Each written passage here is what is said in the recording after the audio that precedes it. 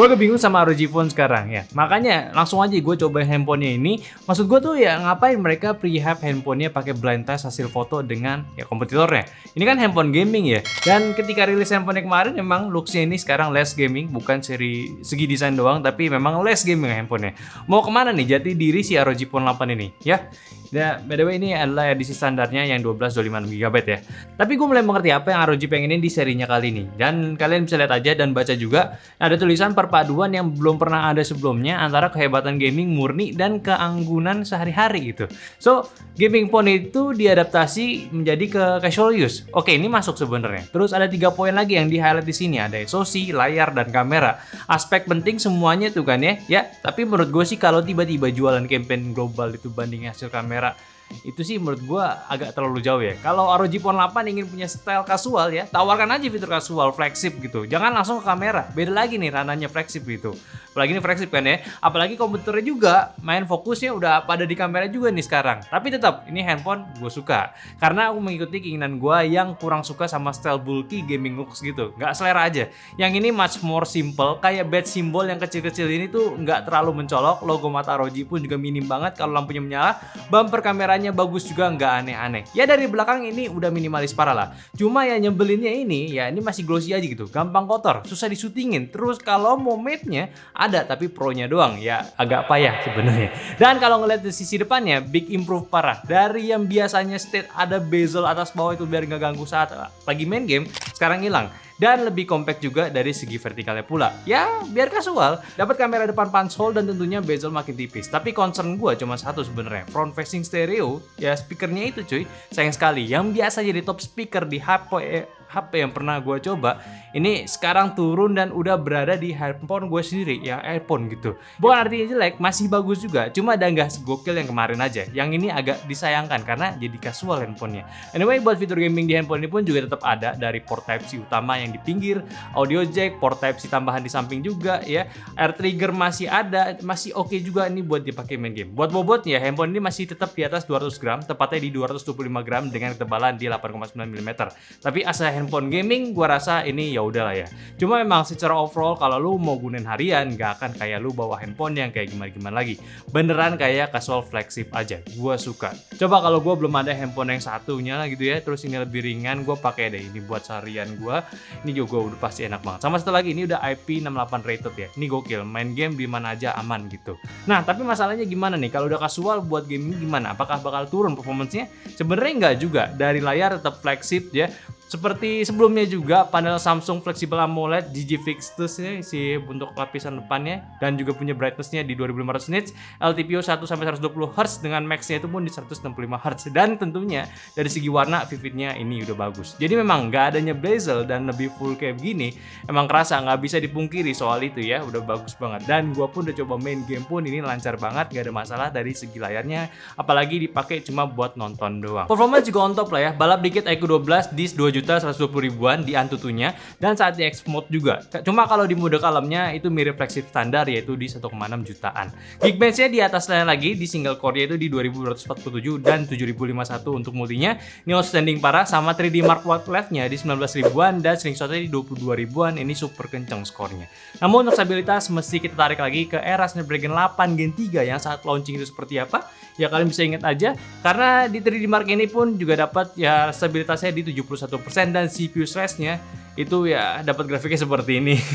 Ini sebenarnya lumayan, tapi kalau dibandingkan sama ROG Phone 7 tahun lalu ya seperti ini, bedanya tuh lumayan juga. Tapi nggak juga. Ini emang si E8 Gen 3-nya yang super kenceng dan umum kalau tidak stabil karena panas sih. Jadi buat apa lo pusingin di sini kalau belum sampai ke pengetesan gamingnya kan? Cuma bahas sedikit ya, ini soal panas sebenarnya. Ya, ini terjadi tuh karena di titik temperaturnya aja udah kena. Kayak pas udah di 45 derajat Celcius, dia itu turun dan naik turun lagi gitu sampai selesai gitu aja. Yang di awal chartnya itu dia gradasi langsung turun dari 100 performance-nya ke sekitar 80%-an. Sebelum ke pengetesan gamingnya kita bahas soal user interface-nya dulu yang masih sama kayak ya ROG UI sebelumnya dengan basis Android 14 punya dan dah sekali update juga kalau nggak salah. Dan kalau untuk UI sendiri di generasi sekarang ini lebih simple sebenarnya. Kayak style ROG-nya itu tapi semakin Android gitu, Android stock. Seperti Swiss gesture buat aktifin X mode udah nggak ada. Ya fitur-fiturnya itu udah di notif panel aja gitu. Yang kalau mau setting ya harus manual lewat aplikasinya juga. Namun Harmonic Red pun tetap ada yang isinya bisa atur performance mode dari X mode, dynamic dan juga auto durable untuk baterainya, custom lighting untuk back cover juga bisa, pengaturan aksesoris gamingnya Asus, Game Genie, Air Trigger serta settingan baru yaitu display area. Buat kalian sesuai kalau suka style ROG yang lama bisa atur bordernya di settingan yang satu ini. Di sini tetap ada buat list game yang udah support di refresher tertentu juga, bahkan untuk settingan tiap gamenya pun juga ada dengan support game dari Snapdragon Elite Gaming. Nah, lalu untuk pengetasan gamenya ini semua diaktifin untuk X mode-nya, sama untuk beberapa pengetesan pun juga kita nggak lakukan secara detail karena memang udah pasti melebihi dari ekspektasi juga. Maksudnya ya udah pasti lancar dan pastinya kompensasi handphone ini pun ya paling sekedar suhunya aja sih ya. Jadi langsung aja buat settingan-settingan yang kebuka di beberapa game yang menurut kita ringan, yaitu yang pertama di ML itu kalian bisa setting di ML high ya sama kayak sebelumnya. PUBG di Smooth Extreme Plus 90 fps, COD multiplayer dapat di Medium Ultra 120 fps dan COD Battle Royale dapat di Medium Ultra di 90 fps. Kurang lebih sama apa yang ada di bawah pada settingan ROG sebelumnya. Jadi dengan adanya 8 Gen 3 sudah pasti akan jauh lebih efisien lagi dari segi performance-nya. Namun sekarang kita tes satu persatu di game barunya nih, yang menurut gue sih bisa katakan sekelas game AAA karena grafisnya itu cukup gokil, yaitu Warzone. Warzone di settingan high uncap ya, ini dapat rata-rata FPS di 58 dan durasi permainan selama 35 menit makan 15% dan suhunya yang tertinggi itu bisa sampai di 45 derajat Celcius dan untuk rata-ratanya sih sebenarnya bisa di 43 derajat Celcius. Feel main game waktu di Warzone itu jelas ini yang jadi masalah itu ya soal panas, apalagi pas di 10 menit pertama secara FPS itu kayak aman 60-an FPS dan itu pun performance-nya lagi gas banget. Jadi suhunya itu bisa nyentuh di 45 derajat Celcius, which is itu udah bikin gak nyaman tangan. Tapi uniknya setelah di 10 menit gameplay mulai jarang tuh suhunya nyentuh di 45 derajat Celcius, rata-rata turun ke 42 sampai 43 derajat Celcius. Not bad juga, bahkan untuk FPS yang naik turun pun gak kerasa drop frame-nya pas in game, walaupun gue agak sayangkan. Kirain di settingan high uncap itu bisa lebih dari 60 fps, tapi masih ketahan. Ya wajar juga sih, ini game AAA banget performance-nya dan grafiknya juga, dan mungkin masih belum seoptimal itu buat dimainin di device Android, bahkan flagship sekaligus. Cuma yang pasti untuk fitur Air Trigger dengan style COD Warzone yang lebih dinamis, fast pace dan daripada CODM, ini kepake banget. Wajib pakai fiturnya. Lu harus kulik sampai dapat settingan yang paling nyaman, auto bisa kill banyak lawan tanpa bikin jari lu pegel aim lawan yang super lincah. Selanjutnya game yang biasa kita tes karena sekelas AAA juga yaitu Genshin Impact di settingan highest 60 fps dapat rata di 58 fps dan permainan selama 21 menit makan 10% aja dan suhunya sama tertingginya itu bisa nyentuh di 45 derajat Celcius dan juga untuk ya rata-rata ataupun di body lainnya itu di 42 derajat Celcius. Ya Genshin kurang lebih sama aja kayak sebelumnya, walaupun ini udah gue bisa bilang panas di kategorinya karena ada pembandingnya yaitu IQ 12 ya. IQ 12 itu bisa kasih suhu yang lebih oke, mentoknya itu di 40 sampai 41 derajat Celcius doang. Tapi ya kalau soal software jelas ROG menang ya. Buat Genshin di ROG ada fitur lebih yaitu Accent sama AI Grabber-nya ini. Ini fitur kayak auto jalan lu bisa, auto pick up item lu bisa, dan AI Grabber-nya ini dipakai buat cek walkthrough dengan gampang banget. Jadi untuk fitur-fiturnya ini lumayan kepake, apalagi traversalnya ini cukup melelahkan ya untuk game satu ini. Sisanya kalau untuk soal performance ya udah pasti aman banget lah ya. Ya jadi bisa disimpulkan di mode X mode ROG Phone 8 ini bener-bener gokil. Memang masih gokil. Emang secara overall itu bisa dapetin FPS yang oke-oke semua. Bahkan kayak lu nggak perlu permasalahin. Paling yang seperti biasa masalahnya di handphone gaming karena performance di unlock nggak kayak handphone flagship gaming, yaitu yang pasti suhunya bakalan lebih panas. Sangat masih diwajarkan, apalagi ROG ini pun juga punya coolernya sendiri. Dan satu lagi yang ke notice di sini yaitu penggunaan baterai. Cukup boros untuk di settingan high, cuma dikarenakan ini sudah all over max performance ya. Jadi ya nggak heran akan menggunakan daya yang lebih. Makanya ROG pun udah kasih solusinya yaitu charger samping dan juga bypass charger biar nggak ganggu lu saat main game di waktu yang lama. Nah sekarang kita bahas soal baterainya. Dari kapasitas yang dibawa itu di 5500 mAh, pengecasan 65 watt punya, masih ada bypass charging juga, namun sekarang udah ada support wireless charging dari Qi Wireless Charging 1.3. Untuk konektivitas juga komplit yang pasti udah ready 5G, Wi-Fi dan Bluetooth yang latest juga, ada NFC juga, standar flagship lah. Sensor apalagi komplit tentunya buat lo main game seperti gyroscope ya di bagian ini. Ini nggak ada banyak yang dikomentari karena udah standar kelas atas semua. Nah sekarang kita bahas kamera yang dijual pada si ROG Phone 8 ini. So handphone ini punya setup triple kamera, utamanya di 50 megapiksel Sony IMX890, ini sensor flagship, satu kamera gimmick yaitu makro, dan satunya lagi adalah 13 megapiksel ultra wide kamera. Sedangkan kamera depannya itu menggunakan 32 megapiksel kamera punya. Dan sebelum bahas hasilnya, gue sendiri akan mewajarkan kalau hasilnya itu nggak akan sebagus yang kita bayangkan. Seharusnya kita lebih refleksikan dengan generasi sebelumnya yang hasilnya itu super biasa banget, bahkan untuk di harganya itu harus menjadi pengecualian.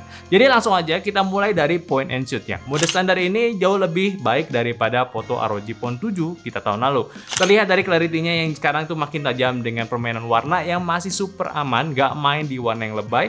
Memang kalau soal detail objek itu nggak setajam flagship lainnya karena tajamnya itu menurut gue karena sharpening yang dikencengin aja. Tapi baik lagi ini suatu peningkatan yang terbukti jelas dibandingkan dengan generasi sebelumnya. Kalau mode SDR ini juga bisa mendongkrak di era highlight dan shadow-nya yang kurang pada mode standarnya. Kelihatan jelas itu bagian gelap di pohon-pohon itu jadi terlihat infonya, dan buat mode ultra wide-nya pun gue suka karena gue expect di kamera utama itu hasilnya biasa aja, dan biasanya juga si ultra wide itu semakin jelek ataupun nggak lebih bagus gitu. Di ROG Phone 8 ini nggak seburuk itu. Hasilnya masih cukup detail dan kepake banget buat kalian gunakan di mode ini. Memang kalau dari segi dynamic range-nya itu kerasa banget kurangnya, tinggal aktifin aja di mode SDR untuk memperluas area dynamic range-nya yang bisa kecakup di mode standar ya. Maksud gue yang nggak kecakup di mode standarnya. Lalu di mode malamnya ada 3 tes yang kita ambil, standar, night scene, sama night mode.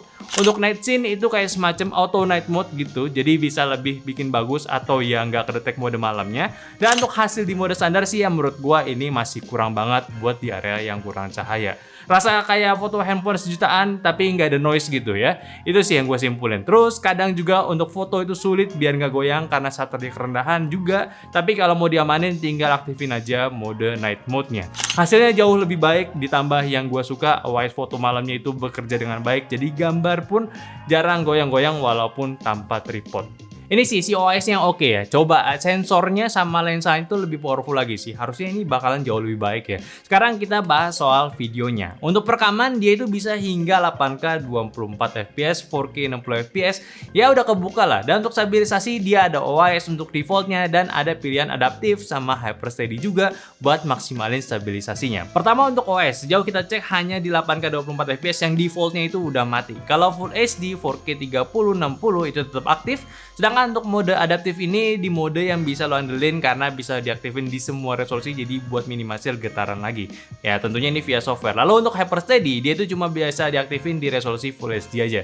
Yang ini lebih nge-crop lagi gambarnya juga. Buat hasilnya sih ya oke sebenarnya. Cuma sayang di mode ultra wide itu karakter warna itu bakalan jadi sangat jauh bedanya. Padahal dia itu ada mode switch cam buat di Full HD sama 4K 30 fps.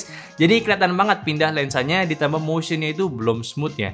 Ya tinggal di-improve lagi, ini bisa lah sama ROG biar lebih matang. Lalu untuk suara mic-nya sendiri pun juga masih di kategori yang biasa. Suaranya itu bisa di pick up dengan baik, cukup jelas. Namun untuk suara ambience, sekitarnya pun masih ke pick up juga nih, masih jelas gitu. Jadi tidak ada reducing noise-nya gitu.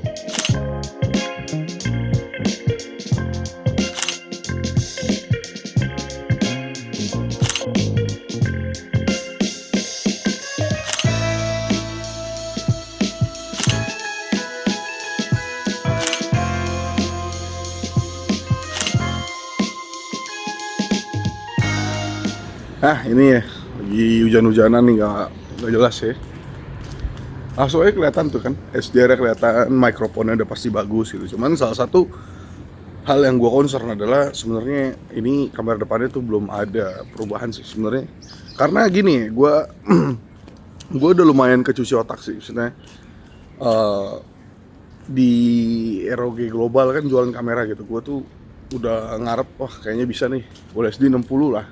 Gue sih nggak 4K itu menurut gue ya udahlah gitu ya. Kalau ada pun jarang gue pakai sih kamera depan ya. Biasanya tuh gue pakai kayak misalnya bikin story juga Full HD 60 gitu. Ini juga, ini mentoknya tuh di Full HD 30. Ini SDR ya.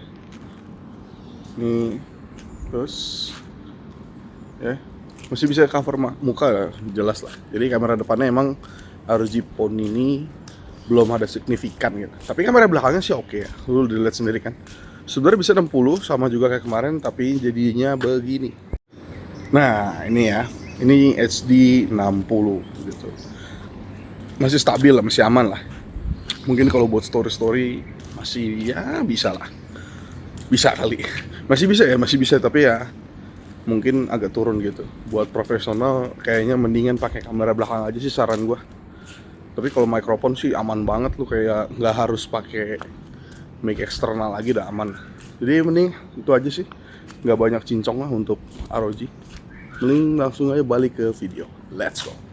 So menurut gua sama HP ROG Phone 8 ini tuh kayak gua agak campur aduk sih perasaannya. Gua suka dia itu mulai casualin desainnya, jadi nggak terlalu menonjol, terlalu gaming untuk di bagian bodinya. Jadi lebih terkesan premium memang dan berkelas juga untuk yang satu ini. Ini menurut gua, dan secara layar pun ini dipotong border atas bawahnya pun juga nggak terlalu mempermasalahkan hal ini ya. Karena ya juga ikut menyumbang desain handphone yang makin premium sebenarnya. Cuma gua sayangkan untuk kualitas speakernya aja sih yang nggak sewah kayak generasi sebelum-sebelumnya yang bagus banget.